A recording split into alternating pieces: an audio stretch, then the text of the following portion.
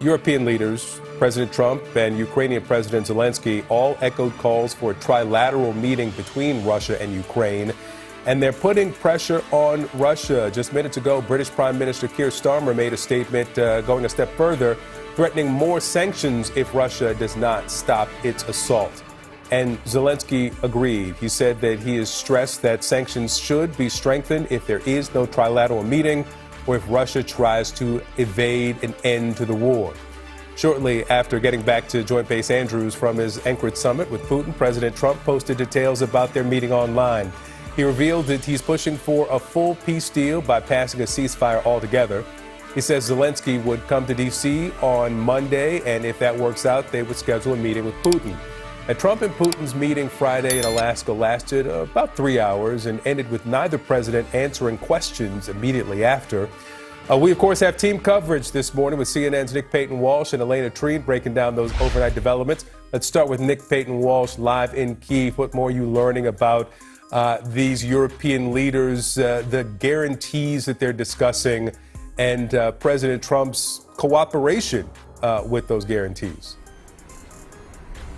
Yeah, I mean, look, obviously these are early signs of what was discussed in Alaska, or more specifically with the European leaders and Zelensky, and the calls that Trump made after his clearly not particularly happy meeting with Putin. Now, the security guarantees are important because they clearly would act as a kind of sweetener for Ukraine to get involved in a deal that may have concessions not to its liking. The sweetener, well, as far as I understand from a European official, what Trump has potentially begun discussing with the Europeans is Article 5 type security guarantees. Now, that is a reference to the NATO Charter clause of collective defence. An attack on one is an attack on all. I should stress there's no suggestion that Ukraine becomes part of NATO, or that necessarily NATO is enforcing that Article 5 guarantee. This is essentially a way of describing the kind of unity that Ukraine might benefit from these security guarantees. French President Emmanuel Macron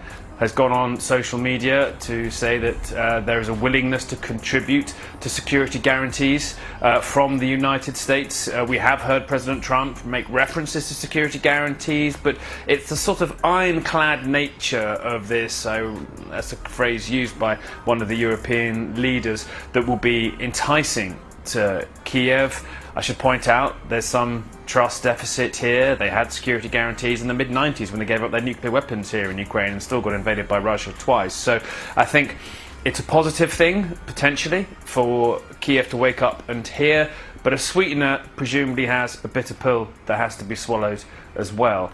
And there are two things clearly that are problematic this morning for Ukraine. The first is that we've seemed now to have dropped the idea of an immediate ceasefire being required. In fact, the most recent social media post seems to suggest that Zelensky accepts that the way forward now is going to be a quick deal that's permanent rather than a short ceasefire that potentially could allow Russia to invade again. That was not Ukraine or Europe's position just 48 hours ago. They wanted a ceasefire first.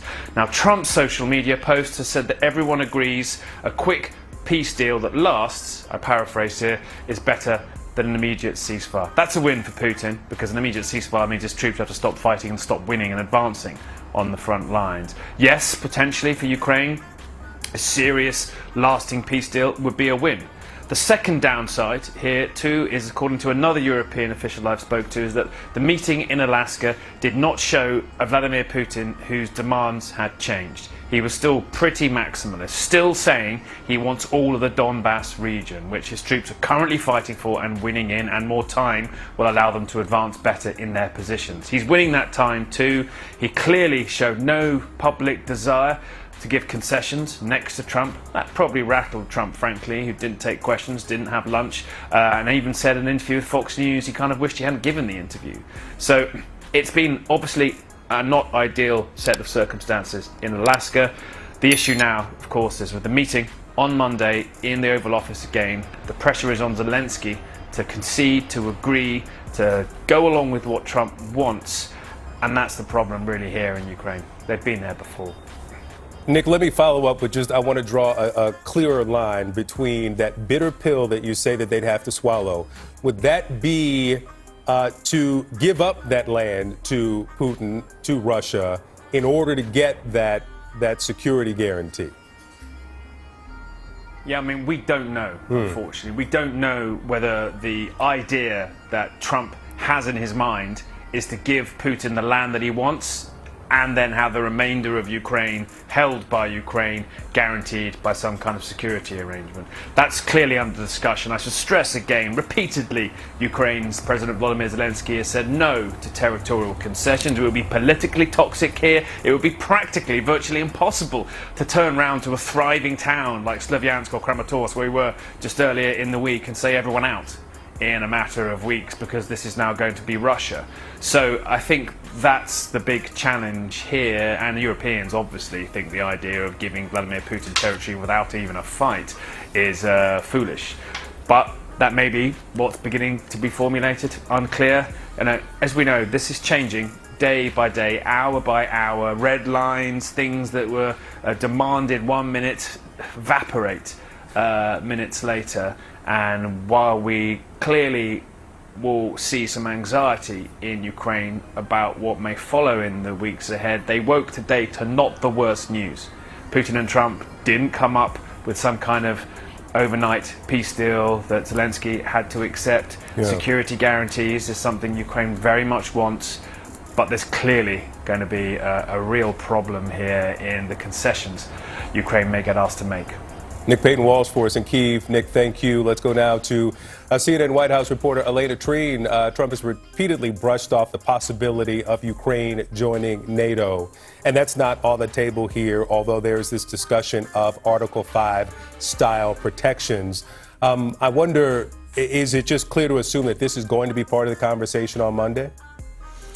When it comes to NATO, I don't think so. I mean, I think President Trump, has been very clear that he doesn't think that part of this negotiation is going to be having Ukraine become a member. You've heard him say repeatedly over the last year, really, even before he came back into office, that he believes that's what started the war in the first place. So I don't believe that NATO membership is likely going to be on the table here. But this idea of security guarantees, potentially we could see President Trump getting there if that means that this could help, sweeten the deal, as Nick put it, for the Ukrainians. I'd note, of course, that having the U.S. being heavily invested and committing to security guarantees is something we have not heard President Trump really commit to just yet. He's often tried to push that and say the onus is on the United States' European allies to ensure that Ukraine's security is prosperous following whatever deal could potentially be had. But again,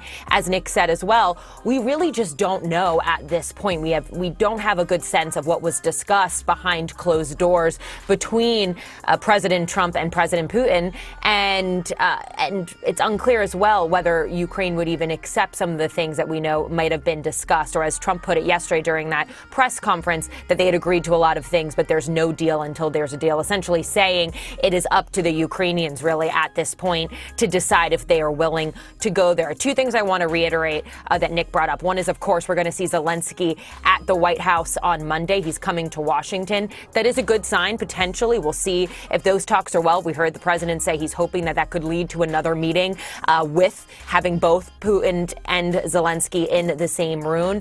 But one thing that is also unclear, and Trump brought this up yesterday, is this idea of whether he's willing to move forward with sanctions. We did see Zelensky just moments ago say that he believes sanctions are a necessary tool, that they are a good tool. Trump yesterday, however, said he's not thinking about that at the moment. Listen to how he put it.